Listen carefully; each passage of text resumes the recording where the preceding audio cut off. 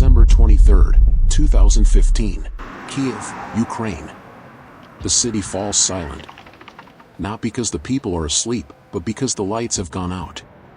Entire neighborhoods sink into blackness. Elevators jam mid-rise. Trains grind to a halt. Hospitals flicker on backup power, their corridors glowing faintly red with emergency bulbs. In control rooms across the country, operators hammer keyboards, but their screens are unresponsive, cursors moving on their own, phantom hands guiding them. Outside, a winter storm rages, burying cars under ice. Inside, fear spreads faster than the snow. This is not a typical blackout. Something invisible, something calculated, has reached into the veins of a nation and cut the power. Who has the power to switch off a country? And why choose Ukraine, on this night, to make history? To understand this night, we must first understand the storm that had been brewing for years. Since 2014, Ukraine had been locked in a brutal conflict with Russia, triggered by the annexation of Crimea and fueled by hybrid warfare, tanks and soldiers on the ground, but also propaganda, disinformation, and an unseen front, cyberspace. Within this shadow war operated Xanlum, a Russian state-linked tacking group. Known for precision strikes, they weren't after money or fame. Their weapon was disruption. Their battlefield, the networks that kept societies alive. Energy grids. Transportation systems. Communications lifelines. The hackers studied Ukraine's power grid with surgical patience. They mapped control systems, stole credentials, and tested how deep they could go. By the winter of 2015, their code was ready. Their message would not be written in words, but in darkness. What unfolded on that December night wasn't just a blackout. It was the world's first confirmed cyber attack to take down an entire national power grid, an act that blurred the line between war and wires. It began in the late afternoon, as the winter sky dimmed early over Ukraine. At the Prikarpatia Energo Control Center, operators noticed their cursors moving across screens, without anyone touching the mouse. One by one, breakers began to click open. Not manually. Remotely. Engineers scrambled to intervene, typing commands, flipping switches. Nothing worked. The intruders had seized total control. Within minutes, more than 50 substations were offline. Entire regions of western Ukraine slipped into cold silence. Phone lines to the control centers flooded with calls from residents. The lights are gone. My child is stuck in the elevator. The hospital generator won't hold. Each plea added weight to the realization, this wasn't a system failure. This was sabotage. Then, as if to twist the knife, the hackers delivered a final humiliation. Operators watched in horror as their own computers were disabled with kill disk malware, wiping drives and ensuring that systems couldn't be quickly restored. Even backup power lines were deliberately disabled. For nearly 6 hours, 230,000 Ukrainians sat in the dark. The temperature outside dropped below freezing, and families lit candles, wrapped children in blankets, and prayed the lights would return. This was no random outage. It was a signal. A warning. The world had just witnessed the first cyber attack to plunge a nation into darkness.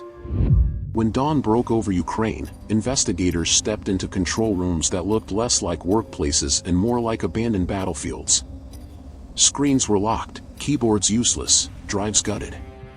Engineers described the feeling of being hijacked by ghosts, watching helplessly as invisible hands flipped switches that only they should control. Cybersecurity teams quickly traced the fingerprints.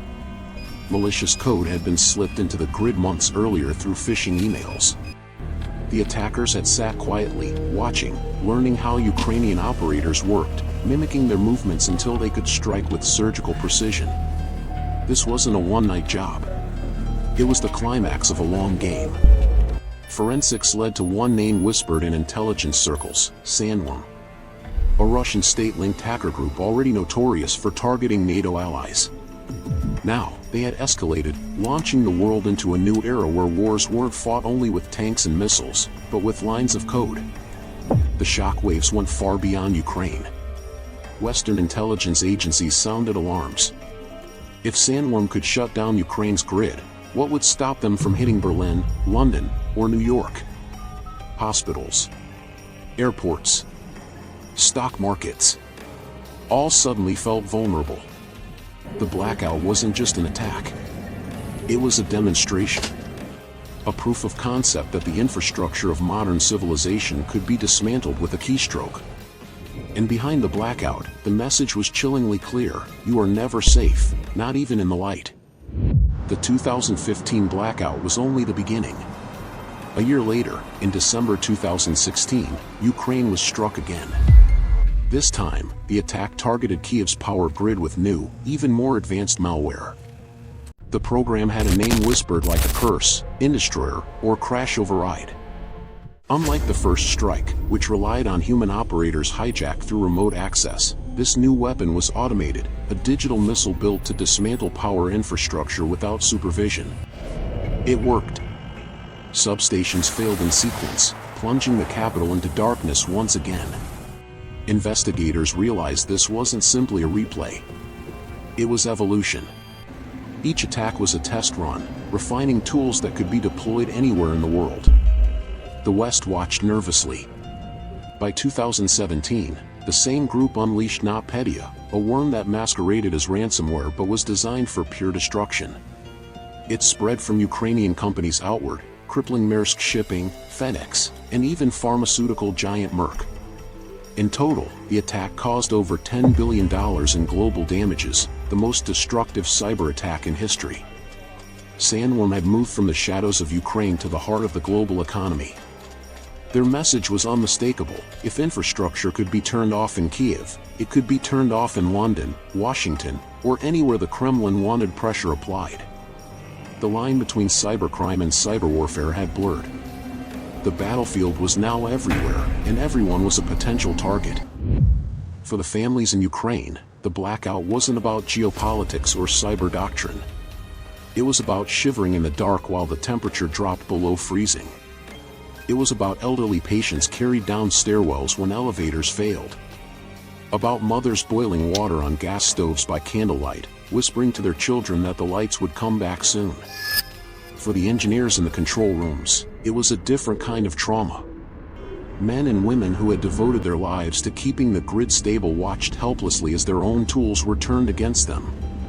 Some never returned to the job, haunted by the memory of cursors sliding across their screens under someone else's hand. Globally, the attacks shattered illusions of safety. No longer could nations treat cyber intrusions as nuisances or pranks. The lights of Kyiv proved that code could be as devastating as bombs, that invisible enemies could destabilize entire societies without ever crossing a border. Ukraine's blackout became a case study, a warning, a story told in war colleges and intelligence briefings. But for the people who lived it, it was simpler.